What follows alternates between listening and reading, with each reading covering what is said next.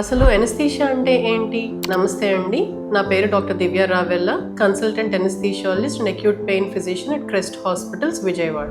Anaesthesia అనేది బేసిక్గా ఒక కంఫర్ట్ బ్రాంచ్ అండి. కంఫర్ట్ ఎవరికి అంటే పేషెంట్కి, అట్లానే సర్జన్కి కూడా. ఎలా?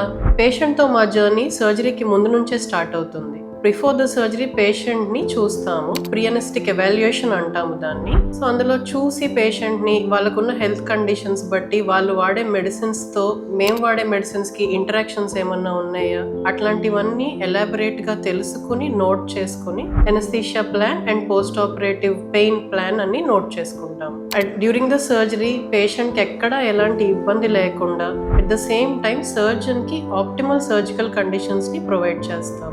ఆపరేషన్ తర్వాత నొప్పికి సంబంధించి కూడా ఎక్కడ ఎలాంటి ఇబ్బంది లేకుండా ఉండేలాగా ప్లాన్ చేసుకుంటాం.